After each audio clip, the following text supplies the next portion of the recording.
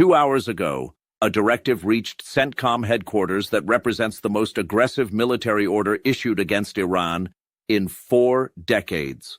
Not limited strikes, not targeted operations, total elimination. President Trump reportedly instructed the commander of U.S. Central Command to destroy all of Iran's nuclear facilities and stockpiles, and to destroy all of Iran's ballistic missile facilities. That single word, all, changes everything. This isn't a precision strike plan. This is comprehensive strategic dismantlement. The Pentagon has contingency plans for strikes on Iranian nuclear sites targeting 6 to 8 primary facilities. But all nuclear facilities means hitting over 40 known and suspected sites across the country. All ballistic missile facilities means striking an estimated 80-plus production, storage, and launch sites scattered from the Caspian coast to the Persian Gulf. Iran has spent 3 decades building redundancy into every strategic system precisely to survive this scenario. Underground facilities protected by 90 feet of reinforced concrete, mobile missile launchers that relocate every 48 hours, distributed production networks where components are manufactured separately, decoy facilities designed to absorb strikes while protecting actual capabilities. Destroying all of these requires sustained campaigns measured in weeks, potentially months. It requires deploying the largest concentration of American air power since Desert Storm. B-2 stealth bombers carrying bunker busters, B-52s launching cruise missiles, carrier strike groups launching hundreds of sorties daily. Pentagon estimates indicate over 2,000 precision-guided munitions in the initial wave alone. Current U.S. stockpiles, already depleted from Ukraine support, would be strained to the breaking point. But operational planning collides with strategic reality here. Iran will not sit passively while its strategic arsenal is destroyed. Within 90 minutes of reports surfacing, Iranian military leadership convened an emergency session. State media released a statement from the Islamic Revolutionary Guard Corps. Any attempt to eliminate Iran's defensive capabilities will be met with the total mobilization of all resistance forces across the region. The response will not be measured, it will be overwhelming. That phrase, total mobilization of all resistance forces, is the critical element. Iran has spent 40 years building a network of proxy forces across 6 countries. Hezbollah in Lebanon possesses an estimated 150,000 rockets, including precision-guided systems capable of hitting specific buildings in Tel Aviv. Houthi forces in Yemen can strike Saudi oil facilities and disrupt Red Sea shipping. Iranian-backed militias in Iraq operate within miles of U.S. bases housing 2,500 American troops. The directive to destroy all Iranian strategic capabilities triggers response from all of these forces simultaneously. That's the strategic calculation Iran has built. You cannot strike Iran without triggering a region-wide crisis that threatens every American interest in the Middle East. Here is what the operational timeline looks like if this directive moves to execution. Within hours of initial strikes, Hezbollah launches massive rocket barrages against northern Israel. Israeli air defenses are sophisticated but designed to handle dozens of threats, not thousands simultaneously. Cities face bombardment. Israel retaliates with airstrikes in Lebanon, potentially ground operations. A second front opens. Simultaneously, Iraqi militias strike U.S. bases.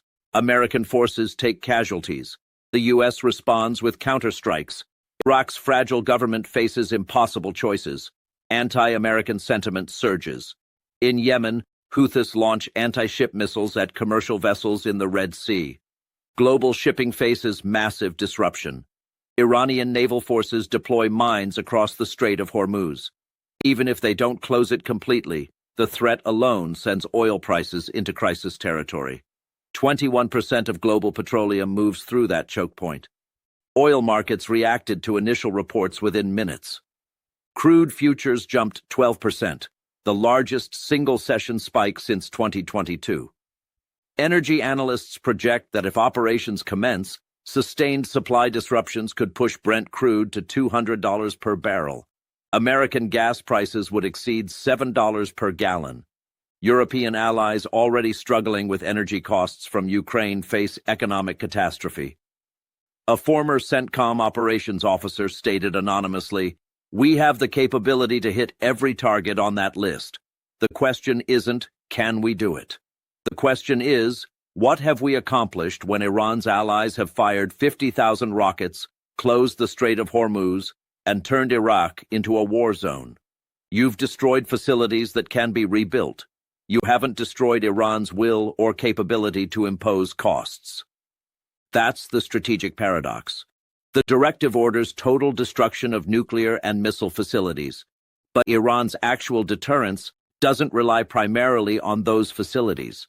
It relies on the network of forces across the region that can impose sustained costs regardless of what happens inside Iran. Regional allies are responding with alarm.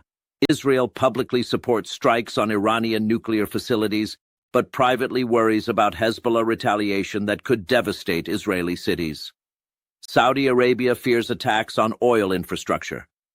The UAE has moved toward diplomatic engagement with Tehran and doesn't want to become a target. European reaction has been swift and negative. France, Germany, and the UK urged restraint and diplomatic solutions. The EU cannot afford another energy crisis. NATO unity faces severe strain if the US proceeds with operations European capitals view as unnecessarily escalatory. China's response carries particular weight. Beijing purchases significant Iranian oil despite sanctions.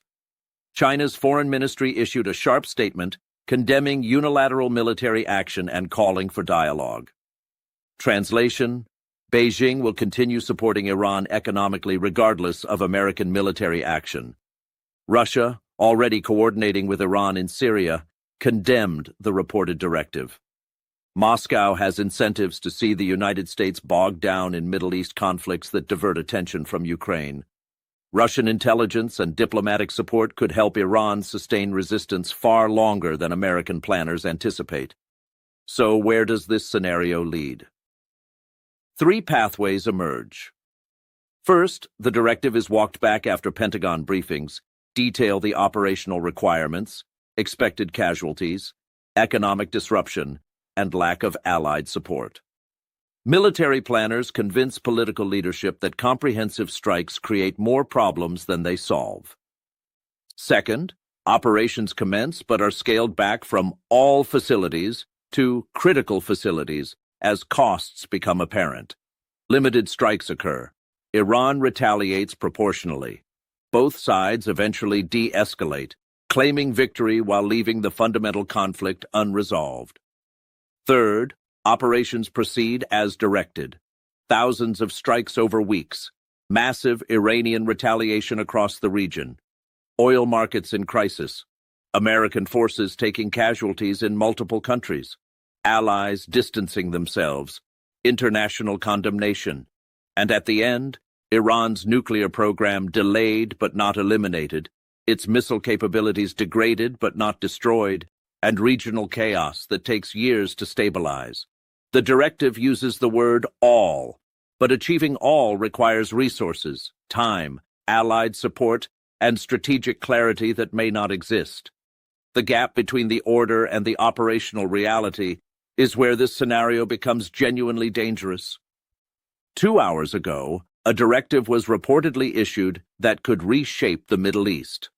Whether that directive survives contact with operational planning and regional reality remains the question that will determine whether this becomes the largest American military operation in decades or another contingency plan that never leaves the Pentagon.